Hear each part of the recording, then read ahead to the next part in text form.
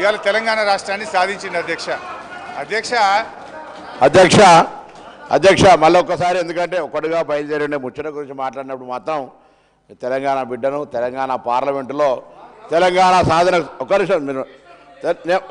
తెలంగాణ సాధనకు సంబంధించి నేను ఇవాళ తెలంగాణ ఏర్పాటుకు సంబంధించిన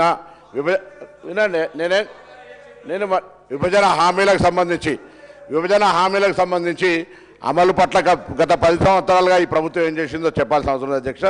అదేవిధంగా మాకు బాధ ఏంటంటే తెలంగాణ ఏర్పడడానికి పోరాడిన వ్యక్తులుగా మేము తెలంగాణ ఇప్పుడు మిత్రులు ఇక్కడ కొంతమంది పార్లమెంట్ సభ్యులు ఉన్నారు, కొంతమంది బయట ఉన్నారు. మాకెన్నడూ కలవడానికి అవకాశం లేదు అధ్యక్ష. కానీ రాయలసీమకు వెళ్ళిపోయి మళ్ళీ ఎవరైనా మాట్లాడితే కూడా అవకాశం లేకుండా ఎదురులోనికి జీవిత అయినా అజీర్త అయినా రాయలసీమ రత్నాల విన కావాల్సిందే. రాయలసీమ తెలంగాణ కొట్లాడింది దేని కొరకు అధ్యక్ష? తెలంగాణ నీళ్లు నిధులు నియామకాల కోసం కొట్లాడితే రాయలసీమపై భోజనం చేసి రాయలసీమకు సంబంధించి ప్రశంసిస్తే ఇలా మాకు గుండె బాధపడదు అధ్యక్ష. ఎన్నడూ కూడా ప్రగతి భవన్ ఇలా ప్రజాభవన్కో నేను నువ్వు కాంగ్రెస్లోని మాట్లాడినారు, తెలంగాణ మంత్రివి, మీలాగా మళ్ళీ డోంట్ ఓపెన్ దట్ ఇష్యూ. మళ్ళీ ఆనాడు మీరు మంత్రిగా ఉండి ఇప్పుడే చెప్పినటువంటి హరీష్ రావు గారి మాట మీకు వర్తిస్తుంది. నేను మళ్ళీ మాట్లాడు సార్ అధ్యక్ష, మాకెన్నడూ కూడా అవకాశం లే తెలంగాణ వ్యతిరేకించిన బిడ్డలకు రెడ్ కార్పెట్ ఇచ్చినటువంటి ప్రగతి భవన్. అదేవిధంగా తెలంగాణ విభజన కొరకు మా నాయకుడు కొడుకైనా కూడా జగన్మోహన్ రెడ్డి గారితో నేను ముఖ్యమంత్రితో విభేదించిన మేము. కానీ మీరేమో ఇంటికి పిలిచి ఫ్లవర్ బొకేలు ఇచ్చి స్వాగతం చెప్పి తెలంగాణకు అన్యాయం జరుగుతుంటే, ప్రాజెక్టులు జరిగి ఈరోజు ఫౌండేషన్ వేస్తుంటే మాట్లాడకుండా ఉండి ఎలా మీరే షిర్రు మీరు చూసుకోరు. ఎవరు తీసారు అధ్యక్ష? 44 టీఎంసీ నుంచి 88 టీఎంసీకి అసెంబ్లీలో ఎవరు ప్రకటించారు అధ్యక్ష? ఇలా మీరు తెలంగాణ ప్రభుత్వంలో కాంగ్రెస్ వచ్చి 2 నెలలు కాలే ఇలా మీరు ఈ విధంగా ఆరోపణలు చేస్తుంటే ఏంటి అధ్యక్ష? ఇలా కృష్ణా కావచ్చు, మీరేంటారు గోదావరి అంటే గోదావరి దోచుకొని పోనీయా? కృష్ణా కావచ్చు, గోదావరి కావచ్చు, ఈ తెలంగాణ ప్రజలు వ్యవసాయానికి ఉపయోగించుకుని ఇల్లు హక్కు, దాన్ని మీరు ఎలా ఏది పడితే దాన్ని జీవోలు చూపెట్టి అధ్యక్ష.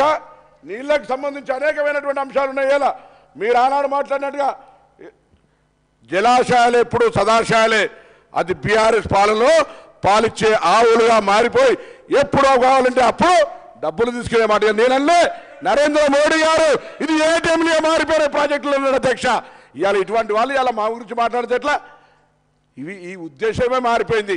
ప్రాజెక్టుల నిర్మాణం దానికి సంబంధించినటువంటి ఆరోపణలుగా మారిపోయినటువంటి పరిస్థితులలో దయచేసి చర్చ మనమందరం కూడా ఇవాళ గౌరవ ముఖ్యమంత్రి గారు చెప్పినట్టుగా ఈ సభ ఏకగ్రీవంగా తీర్మానం చేసే, ఎందుకంటే ఇది తెలంగాణ ఆత్మ గౌరవానికి ముచ్చట.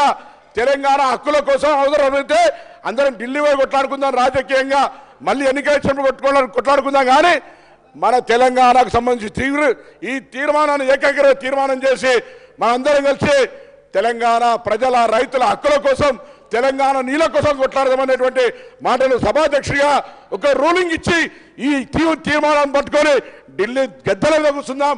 మన తెలంగాణకు అన్యాయం జరగకుండా 2014లో తెలంగాణ ఇచ్చిన తర్వాత ఇంకా కృష్ణా జలాల కొరకు 10 ఏళ్ళు తెలంగాణ సాధించిన చాచుకుతుకుంటూ అధికారం నుండి పరిష్కరించకపోతే మేము పరిష్కరిస్తాం. రండి, మేమందరం ఉన్నాం కదా తెలంగాణ బిడ్డలం, మనందరం కలిసిపోదాం రమ్మని ఆహ్వానిస్తూ, అంతే తప్ప ఇది జరిగిందా అది జరిగిందా ఈ చర్చ కాదు అధ్యక్ష. అనేకమైనటువంటి అంశాలు నేను మాట్లాడేటప్పుడు అట్లా అనేక తెలంగాణ వివరాలకు నేనేమడుగుతున్నా రమ్మంటున్నా. తెలంగాణ ఉద్యమానికి సంబంధించి మా దగ్గర బరాబరుగా తెలంగాణకు సంబంధించి ఇవాళ నేను మహేశ్వర్ రెడ్డి గారిని కోరుతున్న గౌరవ సభ్యుని తీసుకుపోదాం భారత ప్రధానమంత్రి గారి దగ్గరికి. తెలంగాణ హక్కులకు భంగం కలిగితే ఎట్లయితే ఆంధ్ర వల్ల ఐక్యంగా వాళ్ళకు సంబంధించినటువంటి ప్రాజెక్టులు చేసుకుంటా ఉన్నారు, ఇవాళ మనమంతా సభ ఏకగ్రీవంగా తెలంగాణ హక్కులు కాపాడుకునే బాధ్యత మనందరిది. మీరు కూడా రండి, కానీ ఇక్కడనే రాజకీయం చేస్తూ ఇక్కడనే మాట్లాడుతూ రమ్మనండి. గౌరవ ముఖ్యమంత్రి మాజీ ముఖ్యమంత్రి గారు ఇవాళ చర్చకు రాని ముఖ్యమంత్రి నల్గొండ కూడా పోవద్దా చర్చ?